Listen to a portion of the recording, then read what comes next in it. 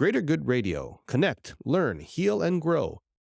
1978, we set off from the Aloha Canal, sunset, March 16th, and strong winds, stormy winds turned to gale, and we flooded one hull in the Molokaʻi Channel, and we were overturned. This is not something that we normally like to articulate, but it's part of the truth of the voyages. And we flooded, and we capsized in the Molokaʻi Channel, had no escrow boat, all of our safety gear was underwater and inoperable, including a radio. And we had this extraordinary human being and beloved Hawaiian on board by the name of Eddie Aikau, known internationally throughout the world as the one who would surf the biggest waves in the world, and known locally as Hawaii's best lifeguard, stationed at Waimea Bay to help those who find out how unforgiving that ocean is when you're not ready. He was deeply loved by everybody, especially young people.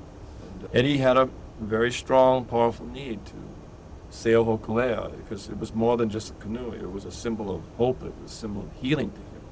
That when you sail this canoe, you're sailing for the pride and dignity of your ancestors. And that's the gift he wanted to give back to children. There was a surfboard on board the canoe when it turned over. There was a choice to be made. For Eddie, I don't think it was a choice. The bumper sticker says Eddie would go. I think he had to go. By his profession, I think that intellectually he needed to save the crew.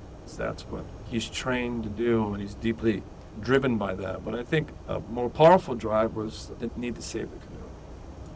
Not so much the physical parts of the canoe, but what it symbolized. A tragic story, one that is not easy to talk about.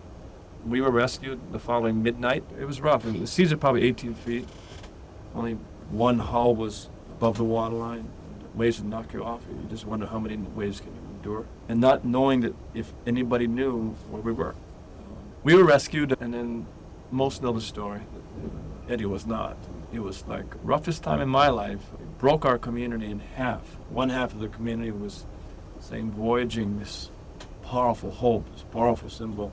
It's intense, not worth the risk. So take it out of the water, put it in the Bishop Museum lawn, make it an exhibit. And the other half of the community was saying, well, if you do that, then how many generations will it take for young people to forget that the legacy of Hōkūleʻa only became tragedy, and more and worse, met the expectation that most felt that if Hawaiians are going to do something difficult, they're going to fail.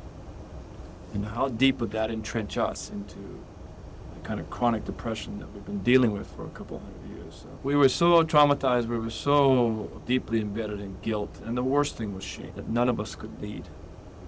But there was another leader that came forward, one that knew that we had to be successful, not for us, but for what we represented. And again, it was under deep crisis.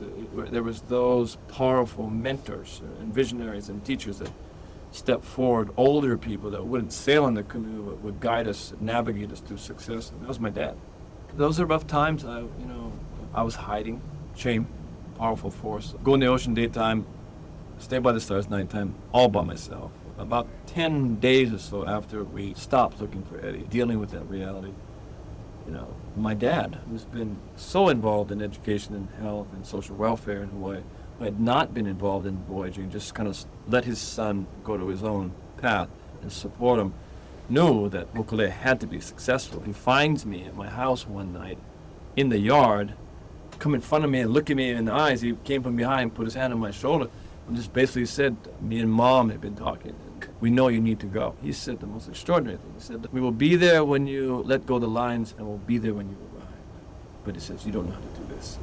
So then he said, you get your leadership hui together tomorrow and get it in one room.